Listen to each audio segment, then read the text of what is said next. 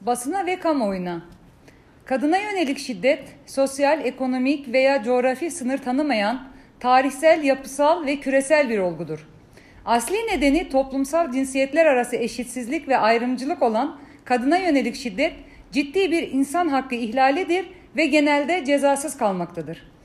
Bu nedenle kadın hareketinin emekleri sonucunda Avrupa Konseyi insan haklarının korunması ve geliştirilmesi bakımından taşıdığı yükümlülüklerin bir gereği olarak uzun araştırma ve çalışmaların sonucunda İstanbul Sözleşmesi yazılmıştır.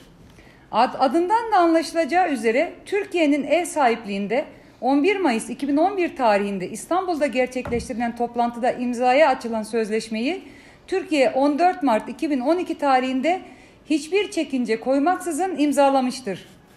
Ve 1 Ağustos 2014 tarihinde yürürlüğe koymuş, yine sözleşme 20 Mart 2021 tarihinde Cumhurbaşkanlığı kararnamesiyle feshedilmiş, 1 Temmuz 2021 tarihi itibariyle de Türkiye sözleşmeden çekilmiş sayılacaktır. İstanbul Sözleşmesi, kadına yönelik şiddet ve ev içi şiddeti ele alan ve ayrıntılı bir şekilde tanımlayan en kapsamlı uluslararası sözleşme olduğu gibi, kadına yönelik şiddeti bir insan hakları ihlali olarak ifade eden ilk sözleşmedir.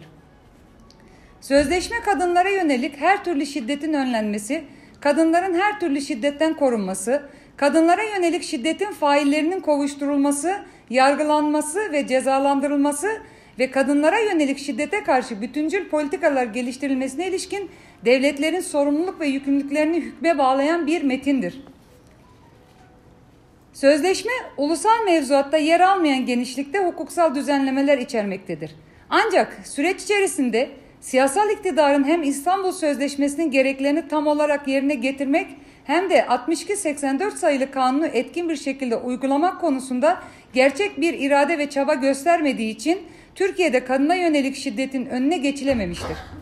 Hal böyleyken siyasi iktidarın da ön ayak olmasıyla ülkedeki ataerkil kesimler tarafından İstanbul Sözleşmesi ile aslında erkeklerin mağdur edildiği, iddiaların aksine sözleşmenin kadına yönelik şiddeti arttırdığı, geleneksel toplumsal değerlere aykırı olduğu, kadınla erkek arasındaki fıtratı yok ettiği biçiminde gerçekleri çarpıtan yıkıcı bir söylem geliştirilmiştir.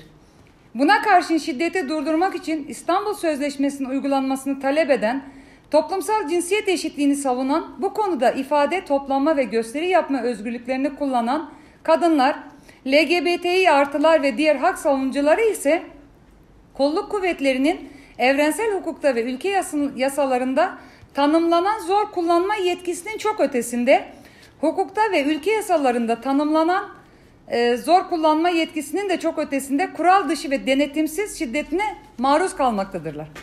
Gelinen aşamada başta kadınlar ve LGBT artılar olmak üzere erkek şiddetinin son bulması, temel hak ve özgürlüklerin korunması, eşitliğin sağlanması için uğraş veren yurttaşların güçlü talep ve itirazlarına rağmen İstanbul Sözleşmesi'nin tek bir kişinin imzasıyla feshedilmeye çalışılması hiçbir şekilde kabul edilemezdir. Çünkü sözleşmenin feshedilmesi öncelikle kadın ve LGBTİ artıları şiddete karşı tümüyle açık ve korumasız hale getirecektir. Diğer yandan şiddeti önlemek için sürdürülen toplumsal mücadelenin hukuki zemini zayıflatılacak, şiddet eylemlerinin faili erkekleri cesaretlendirip teşvik edecektir. Nihayetinde ev içi şiddet görünmez kılınacaktır. İhlallerle mücadele edilmeyecek ve cezasızlık kalıcı hale gelecektir. Bunun sonuçları sözleşmenin feshinden sonra şiddet mağduru kadınların karakol karakol gezdirildiği, başvurularının kolluk tarafından alınmadığı, şiddeti ispat edecek belgeler arandığına ilişkin gelen şikayetlerden açıkça anlaşılmaktadır. Anayasa ve hukuka aykırı olarak alınan fesih kararına karşı STK'lar, barolar ve siyasi partiler tarafından Danıştay'da yürütmenin durdurulması talepli iptal davaları açılmıştır. Cumhurbaşkanlığınca 28 Haziran tarihinde Danıştay'a verdiği ilk cevap dilekçesinde İstanbul Sözleşmesi'nden çekilme kararının sadece ve sadece Erdoğan'ın inisiyatifine bağlı olduğu ve devletin yüksek menfaati sebebiyle karara karşı yargı yolunun kapalı olduğu savunulmuştur. Danıştay 10. Dairesi Türkiye'nin İstanbul Sözleşmesi'nden çekilmesine 2 gün kala, yani 29.06.2021 tarihinde 3'te 2 oy çokluğu ile adeta ihsas-ı reyde bulunarak Cumhurbaşkanı'nın sözleşmeyi feshetme yetkisi olduğunu ve telafisi güç veya imkansız bir zarar oluşturmayacağından bahisle yürütmeyi durdurma talebini reddetmiştir. Elbette hukuki mücadele devam edecek ve davacı kurumlar olarak Danıştay İdari Dava Daireleri Kurulu'na red kararına karşı itirazlarımızı yapacağız. Kazanılmış haklarımıza ve hukuka aykırı bir şekilde verilen hiçbir kararı tanımayacağız. İster Cumhurbaşkanı kararı, ister Türkiye Büyük Millet Meclisi'nin çıkardığı bir yasa ile olsun, aslında İstanbul Sözleşmesi'nin reddedilmesiyle devlet, kadına yönelik şiddetin tarafı ve ihlallerin doğrudan sorumlusu olduğunu ilan etmiş olacaktır. Yetki kimin tarafından kullanılırsa kullanılsın, insan hakları hiçbir şekilde feshedilemez. Eğer bu vahim hatadan geri dönülmez ise, bundan böyle kadına ve LGBT artılara yönelik ayrımcılık temelli şiddetten devlet sorumlu olacaktır. Biz kadınlar yetkilileri bu vahim hatadan İstanbul Sözleşmesi'ni feshetme fikrinden vazgeçmeye çağırıyoruz.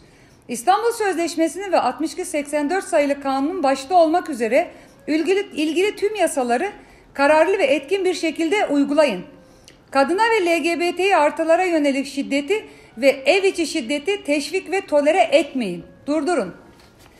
Van Kadın Platformu olarak diyoruz ki, doğuştan sahip olduğumuz haklarımız hiçbir gerekçeyle feshedilemez. Kadına yönelik şiddetin toplumsal cinsiyete, cinsiyet kimliği ve cinsel yönelime dayalı eşitsizliğin ve ayrımcılığın son bulduğu, insan haklarına saygılı bir Türkiye'de yaşamak istiyorsak, demokratik itirazlarımızı daha güçlü ve yüksek sesle dile getirmeliyiz. Sessizlik onaydır ve suça ortak olmaktır.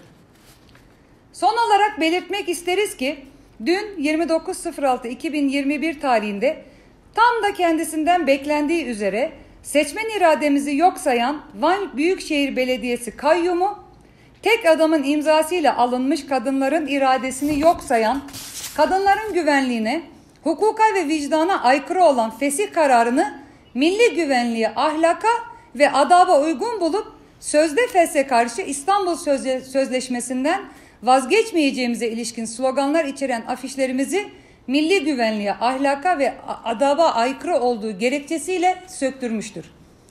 Bu çürümüş zihniyete inat, biz kadınlar İstanbul Sözleşmesi'nden vazgeçmiyoruz ve herkesi İstanbul Sözleşmesi'ne sahip çıkmaya çağırıyoruz. Kamuoyuna saygılarımızla, Van Kadın Platformu. İstanbul.